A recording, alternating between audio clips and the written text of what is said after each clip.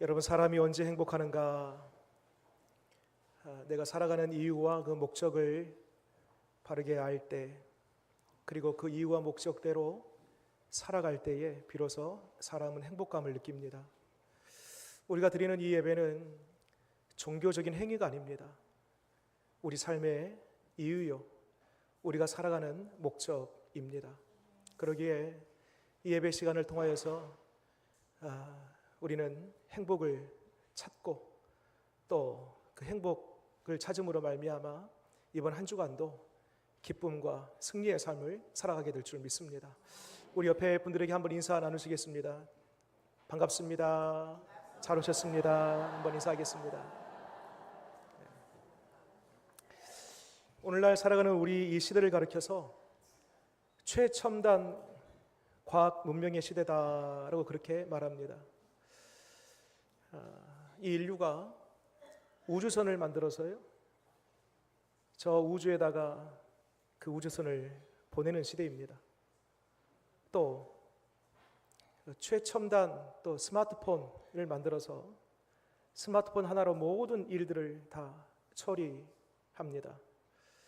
근래에는 이제 AI 시대가 이제 이미 시작이 됐습니다.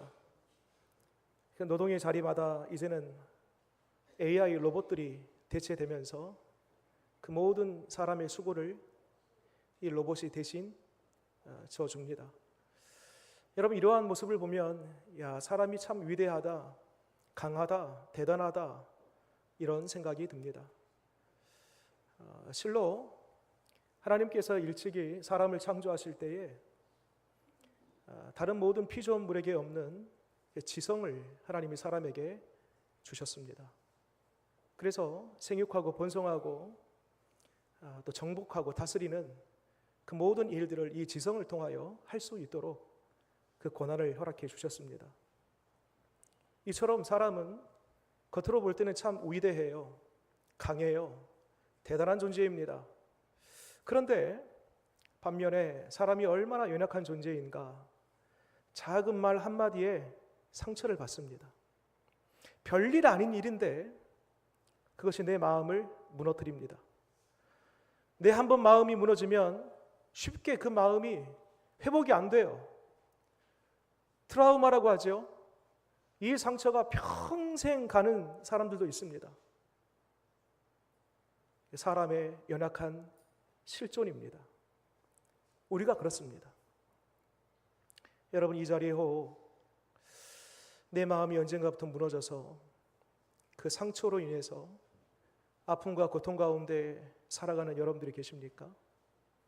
바라기는 우리 속에 있는 그 모든 어두운 것들이 먹구름 밀려가듯이 다 밀려가고 더 푸른 창공, 찬란한 빛이 임하는 것처럼 오늘 말씀을 들으면서 우리 안에 주님이 주시는 힘과 용기로 가득 채워지는 이 시간 되기를 바랍니다. 여러분, 사람이 마음이 무너지면 가장 찾아오는 불청객이 있습니다. 뭐냐면 두려움입니다. 두려움이 찾아오면 먹지를 못해요. 밥이 안 넘어갑니다. 두려움이 찾아오면 저녁에 잠이 오질 않아요. 속이 답답합니다. 심지어는 생활 전반이 어느 것 하나 제대로 내가 할 수 없을 정도로 모든 생활이 다 중단되기도 합니다. 여러분, 이처럼 두려움이라는 것은 한번 들어오게 되면 내 생활 전체를 지배하게 됩니다. 오늘 이스라엘 백성들이 꼭 그와 같았습니다.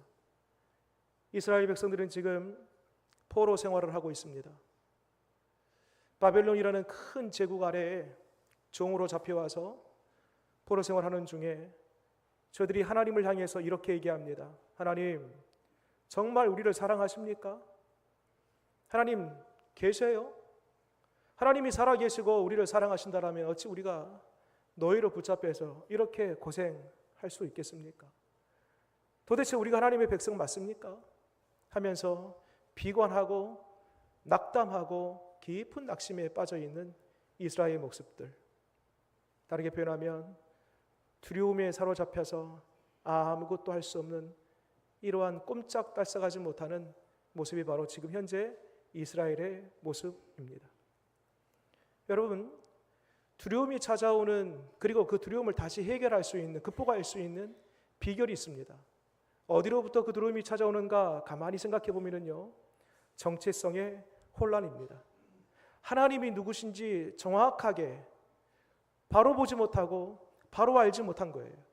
나라는 존재가 어떤 존재인지 정확하게 알지 못하고 정확하게 보지 못하는 그 상태로부터 모든 두려움은 시작되는 것입니다. 이때에 하나님께서 이스라엘 백성들에게 하나님 우리를 사랑하십니까? 하나님 혹 우리를 떠나지는 않았습니까? 우리가 하나님의 백성 맞습니까? 하나님 우리를 버리셨죠? 라고 한 바로 그 시점에 하나님이 자신을 가리켜서 이렇게 말씀합니다. 나는 이런 존재다라고 어디를 보시냐면 13절 말씀 같이 한번 읽겠습니다. 시작. 이는 나 여호와 너의 하나님이 내 손을 붙들고 내게 이르기를 두려워하지 말라 내가 너를 도우리라 할 것임이니라. 하나님이 뭐라고 하세요? 나 여호와 너의 하나님이다. 14절 끝에 보세요. 제가 읽겠습니다. 14절 끝에 보니까요, 내가 너를 도울 것이라 내 구속자는 이스라엘의 거룩한 이시니라. 여러분, 이 13절 14절 하나님에 대하여서 하나님이 스스로 나는 여호와다, 나는 하나님이다, 나는 너희를 구속하는 구속자다. 또 이스라엘 백성들을 향해서는 이렇게 말씀합니다. 너는 누구냐면 8절 말씀 보겠습니다. 8절 읽겠습니다. 시작. 그러나 나의 종 너 이스라엘아, 내가 택한 야곱아, 나의 벗 아브라함의 자손아. 너희들 스스로 지금 비관하고 우리는 하나님의 자녀가 아닌가 보다, 하나님의 백성이 아니다라고 말할 때에 하나님 뭐라고 하신가 보세요. 너희는 나의 종이다. 내가 너희를 택했다. 너희는 나의 벗 아브라함의 자손이다 라고 저들의 정체가 무엇인지에 대해서 정확하게 말씀해 주고 있음을 보게 됩니다. 그렇습니다. 나의 정체성이 흔들리면, 하나님에 대한 바른 정체 인식이 흔들리면 두려움이 찾아오는 것입니다. 여러분, 여기서 말하고 있는 나의 종 너 이스라엘, 내가 택한 야곱의 벗 아브라함의 자손, 여러분, 이 칭호는 이스라엘 백성들만을 가리키는 칭호가 아닙니다. 오늘날 예수님을 믿는 우리 모두가 바로 이런 칭호에 합당한 사람들입니다. 에베소서 1장의 말씀 보니까요, 창세 전부터 우리를 택해 주셨답니다. 또 예수님은 우리를 벗이다, 친구다 라고 칭해 주셨습니다. 또 베드로전서의 말씀 보니까요, 우리를 왕같은 제사장, 택하신 족속이라고 우리를 불러주셨습니다. 말하자면 지금 8절에 나와 있는 그 모든 칭호가 결국 이스라엘과 함께 예수 믿는 우리를 향한 하나님의 칭호인 것입니다. 여러분, 혹 지금 이 자리에 어떤 사람으로 인해서, 어떤 일로 인해서 두려움 가운데에 심히 떨고 있는 분들이 계십니까? 주님이 말씀합니다. 나는 너의 하나님이다. 내가 너를 반드시 건져 구속한다. 너는 누구냐면 버려진 자식이 아니라 나의 자녀. 절대 너를 포기하지 않고 내가 반드시 너를 책임진다 라는 이 음성 들으시는 저와 여러분 되기를 바랍니다. 그러면서 오늘 10절 말씀에 너무 유명한 구절이지요, 이 약속을 함께 하십니다. 우리 10절 함께 읽겠습니다. 시작. 두려워하지 말라 내가 너와 함께함이라. 놀라지 말라 나는 내 하나님이 됨이라. 내가 너를 굳세게 하리라. 참으로 너를 도와주리라. 참으로 나의 의로운 오른손으로 너희를 붙들리라. 아멘. 저는 개인적으로 이 구절을 참 좋아합니다. 마음에 어려움이 생길 때마다 이 구절을 자꾸 생각하고 떠올리고 이 구절을 붙잡고 암송하면서 마음에 위로를 얻고 힘을 냅니다. 여러분, 위에 8절에 이 칭호, 너희는 나의 종이다, 택한 자들이다, 나의 자손이다 할 때에 그 칭호가 이스라엘 백성들을 향한 칭호만이 아니고 오늘날 우리를 향한 하나님의 칭호라고 한다면 이 10절 말씀의 약속은 누구에게 해당된 약속일까요? 그렇습니다. 이스라엘 백성들에게만 해당된 약속이 아니고 오늘 이 시간 이 말씀을 함께 읽고 듣고 있는 저와 여러분들에게 주신 하나님의 약속임을 믿으시기 바랍니다. 하나님 뭐라고 하시냐면 내가 너와 함께 할 것이다. 내가 반드시 굳세게 할 것이다. 너를 도와줄 것이다. 내가 너를 반드시 붙들어 줄 것이다. 여러분, 이 약속이 오늘 저와 여러분들에게 주신 하나님의 약속임을 믿으시기를 바랍니다. 정말 이 10절에 있는 약속대로 하나님이 약속을 지키시는데 어떻게 지키시는가? 1절부터요 우리가 읽진 않았는데 7절까지의 말씀 보게 되면 하나님이 한 사람을 세우신답니다. 그리고 그 한 사람을 통하여서 페르시아 제국을 완전히 멸망시키시고 멸망한 이후에 그 바벨론 땅에서 포로 생활하고 있는 이스라엘 백성들에게 자유를 주시고 마침내 본토 예루살렘으로 돌아가게 하신다라고 그렇게 말씀하고 있습니다. 자, 그 한 사람이 누구인가 궁금하죠? 뒤로 넉 장만 넘겨보겠습니다. 45장에 그 한 사람이 누군가에 대해서 밝히고 있는데 45장 1절 말씀 같이 한번 읽겠습니다. 시작. 여호와께서 그의 기름 부음을 받은 고레스에게 이같이 말씀하시되 내가 그의 오른손을 붙들고 그 앞에 열국을 항복하게 하며 내가 왕들의 허리를 풀어 그 앞에 문들을 열고 성문들을 닫지 못하게 하리라. 그 한 사람이 누구예요? 고레스입니다. 여러분, 지금 이 이사야 우리가 읽고 있는 이 말씀은 아직 이스라엘 백성들이 포로 생활하기 전이에요. 너희들이 포로 생활하러 갈 것이다 라고 말씀하고 있고, 그리고 포로 생활하는 중에 영원히 포로 생활만 하지 않고 마침내 고레스라는 사람을 통하여서 바벨론을 멸망시키고 너희들을 구속할 것이다 라고 지금 예언하고 있습니다. 이 예언이 언제 성취되냐면 이사야가 기록된 이후로 100년 후에 말씀이 성취가 돼요. 여러분, 놀랍지 않습니까? 이 고레스라고 하는 이 이름이 이사야를 통하여서 이스라엘 백성들에게 전해졌을 때 고레스 뭐라고? 고레스? 처음 들었던 이름이에요. 그리고 앞으로 100년 동안도 이 고레스라는 이름을 듣지 못해요. 그런데 100년 후에 실제 이 고레스라는 사람이 등장합니다. 여러분, 이 이야기는 성경에만 나와 있는 이야기가 아니에요. 일반 전쟁사 역사 속에 나타나는 일이에요. 실제 기록된 이야기예요. 하나님이 미리 100년 후에 있을 이야기를 100년 전에 이사야 선지를 통하여서 기록해 놓았습니다. 그리고 정말로 오늘 다시 돌아와 보세요. 41장에 11절 말씀 보겠습니다. 그 고레스를 통하여서 바벨론이라는 제국이 어떻게 무너지는가? 11절 제가 읽겠습니다. 보라, 내게 노하던 자들이 수치와 욕을 당할 것이요 너와 다투는 자들이 아무것도 아닌 것 같이 될 것이며 멸망할 것이라. 내가 찾아도 너와 싸우던 자들을 만나지 못할 것이요 너를 치는 자들은 아무것도 아닌 것 같이 허무한 것 같이 되리라. 여러분, 이 예언이 100년 후에 고레스라는 사람을 통하여서 실제 이루어집니다. 그러면서 오늘 10절 말씀, 내가 너와 함께한다, 반드시 나는 너희 하나님이 되고 너를 참으로 도와주고 참으로 붙들어 주리라 라고 하셨던 이 말씀이 그대로 이루어집니다. 여러분, 하나님은 우주 만물을 다스리시는 하나님이십니다. 모든 세상 왕들의 그 위에서 주관하시는 하나님이십니다. 여러분, 사람이 하는 것 같이 보여도요, 이 나라의 위정자들이 정치를 잘해서 이 나라가 운영되는 것 같이 보여도요, 그렇지 않아요. 배후에 왕 중의 왕이신, 모든 권세 위의 권세자이신 우리 하나님이 다스리시고 주관하심을 믿으시기 바랍니다.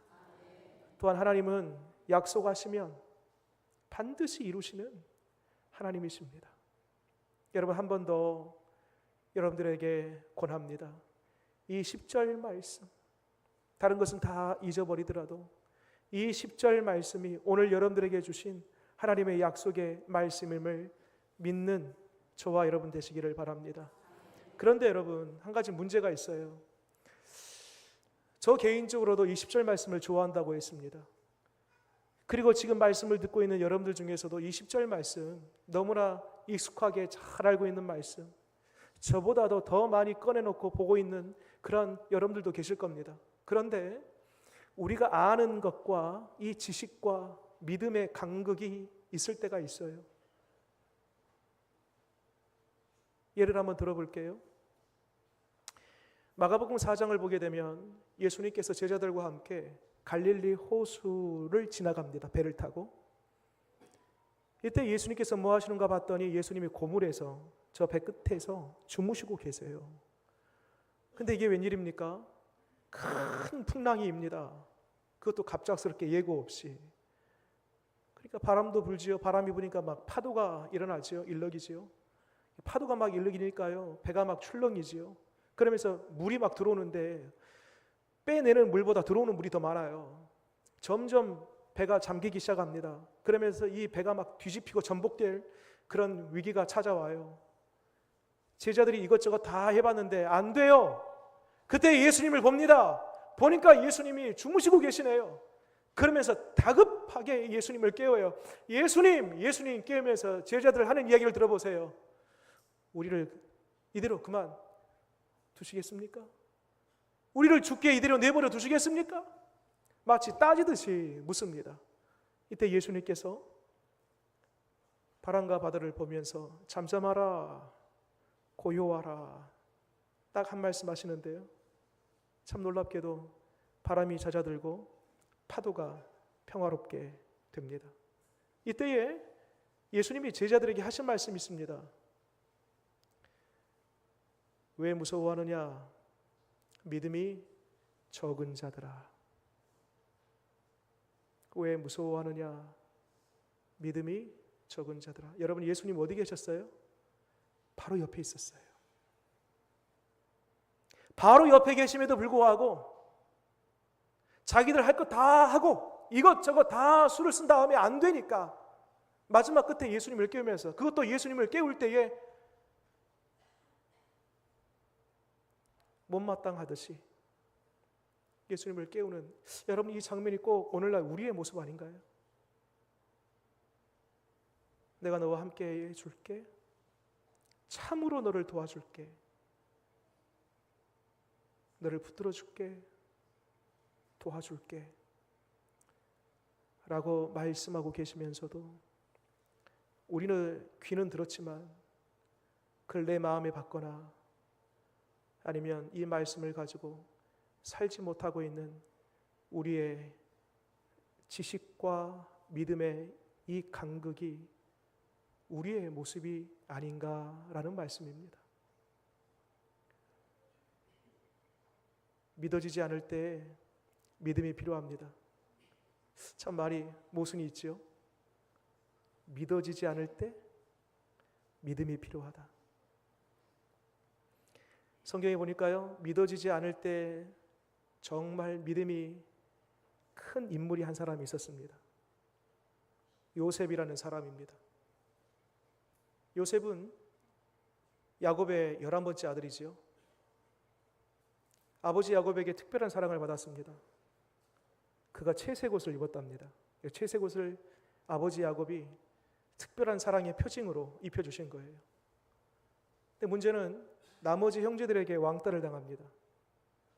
그래서 결과적으로 구덩이에 갇히게 되고요, 이후에 애굽의 종으로 팔려가게 되고요, 보디발의 집으로 노예로 들어가게 됩니다. 여기서 끝이 아니죠. 누명을 쓰고 감옥에 투옥됩니다. 하지만 반전이 일어납니다. 이후에 요셉이 총리가 되어서 애굽뿐만 아니라 그 주변 나라들을 먹여 살리게 되지요. 자, 여러분 요셉의 인생을 가만히 보면은요, 요셉의 인생에 따라붙는 수식어 한 가지가 있습니다. 하나님이 요셉과 함께 하시더라.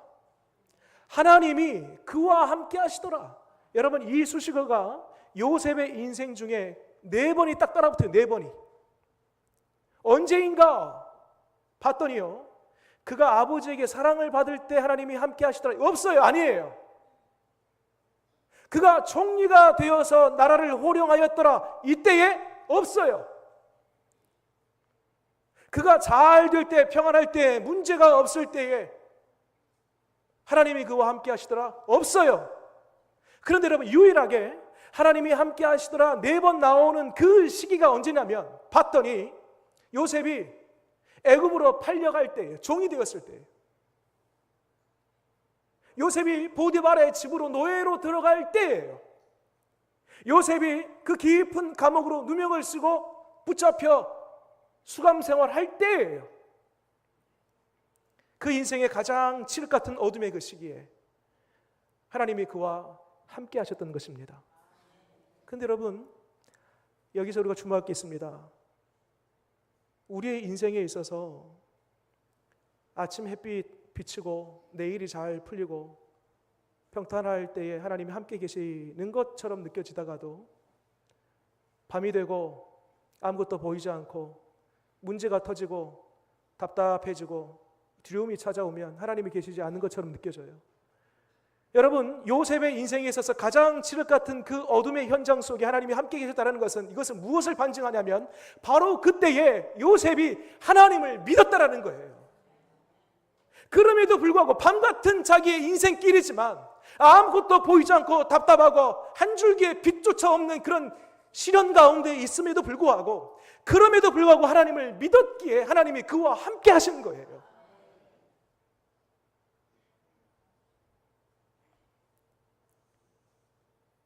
여러분, 믿어지지 않을 때 그래서 믿음이 필요한 것입니다.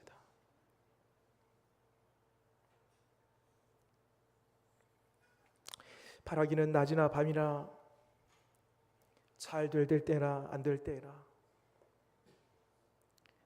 문이 닫힐 때나 열릴 때나, 평탄할 때나 굴곡질 때나, 올라갈 때나 내려갈 때나, 바라기는 우리의 믿음이 늘 한결같기를 원합니다. 마지막으로 한 가지 더 생각해 볼 게 있습니다.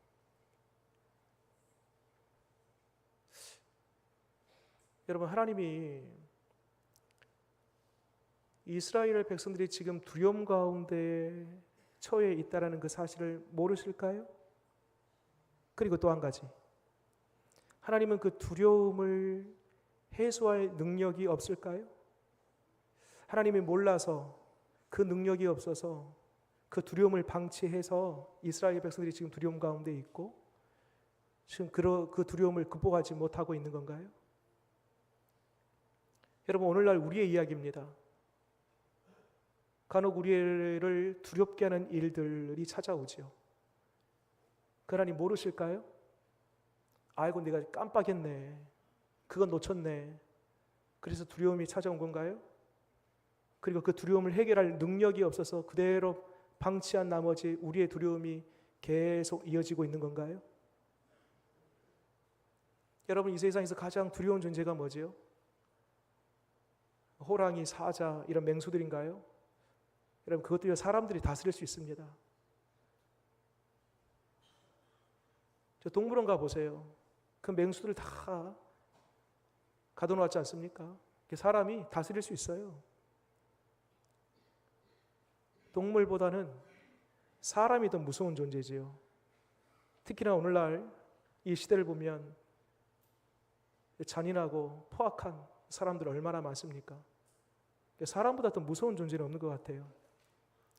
그런데 여러분, 사람이 아무리 무섭다 할지라도요, 그 사람 50년, 70년 이후가 되면은요, 머리 빠지고 이빨 빠지고 허리 굽어지고 노쇠해지고 결국 마지막에는 한 줌 흙으로 다 돌아가는 것입니다. 그래서 인생을 가리켜서 아침 이슬 같다, 안개와 같다, 지나가는 바람과 같다. 우리의 인생의 실존이 그렇습니다. 아무리 사람이 무서워도 사람은 연약합니다. 그러면 진짜 우리가 두려워해야 할 대상이 뭘까요? 여러분, 하나님은 영원하신 하나님이십니다. 살아계신 하나님, 말씀을 하시면 반드시 지키시는 하나님, 창조주 하나님, 전능의 하나님, 전지 하나님. 여러분, 하나님이야말로 그 앞에 섰을 때 우리는 두렵고 떨림으로 설 수밖에 없는 것입니다. 우리 하나님은요, 모든 것을 다 아시는 전지하신 하나님이세요. 우리에게 두려움이 오기 전에 하나님 그 두려움을 먼저 아시고 제거하실 수 있는 능력도 계세요. 근데 왜 우리에게 두려움을 주셨을까? 여러분 꼭 기억하십시오. 복보다 먼저는 관계입니다. 죄송합니다. 저를 따라서 같이 한번 해보겠습니다. 복보다 먼저는 관계다. 여러분, 고난을 만날 때에, 예상치 못한 그런 풍랑을 만날 때에 희한하게도요, 평소에는 하나님을 찾지 않습니다. 그러다가 그때 하나님을 찾아요. 기도합니다. 평상시에 기도했더라도요, 고난이 찾아오면 그 두려움 가운데에서 더 깊이, 더 많이, 더 힘있게 기도합니다. 그러면서 뭐가 회복되냐면요, 하나님과의 관계가 회복되는 거예요. 관계가 회복되면서 뒤돌아보니까요, 그 두려움의 문제를 하나님이 다 해결해 놓았어요. 여러분, 이것이 바로 영적인 원리입니다. 그래서 놀라운 것은 내가 하나님 이 문제 해결해 달라고, 이 두려움 좀 없애 달라고, 그 사람과의 관계, 그 사람과의 그 문제 좀 해결해 달라고 하나님 앞에 왔는데, 기도하다 보니까 하나님과의 그간의 소원하고 멀어졌던 그 관계가 깊어지고 끈끈해지고 하나가 딱 되면서 그 관계가 딱 해결되니까 나머지 문제가 해결되는 거예요. 그래서 여러분, 두려운 일들이 찾아올 때에 꼭 기억하십시오. 하나님이 나 좀 보자,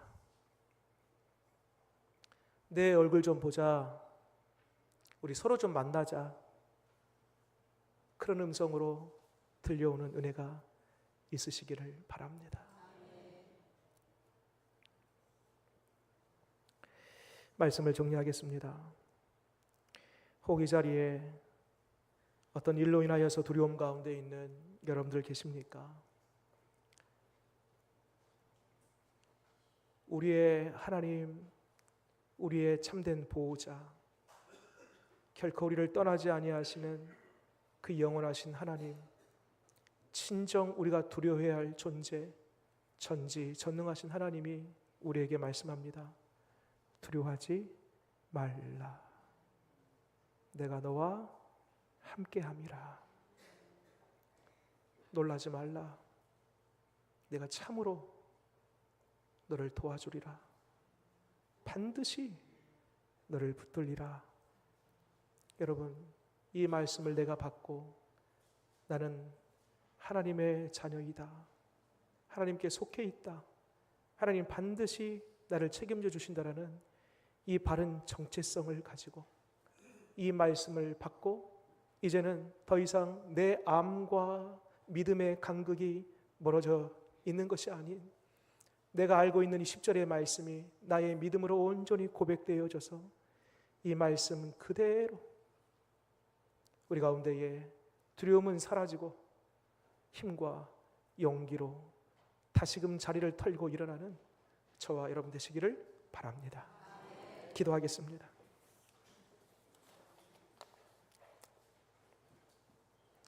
주님, 우리는 예상치 못한 일 한 가지 때문에 쉽게 마음이 무너지고 그 두려움으로 인하여서 꼼짝달싹하지 못한 채 식음을 전폐하고 모든 생활이 다 마비된 채 살아갈 때가 있습니다. 주님, 오늘 이 10절의 말씀, 두려워하지 말라, 내가 너와 함께함이라.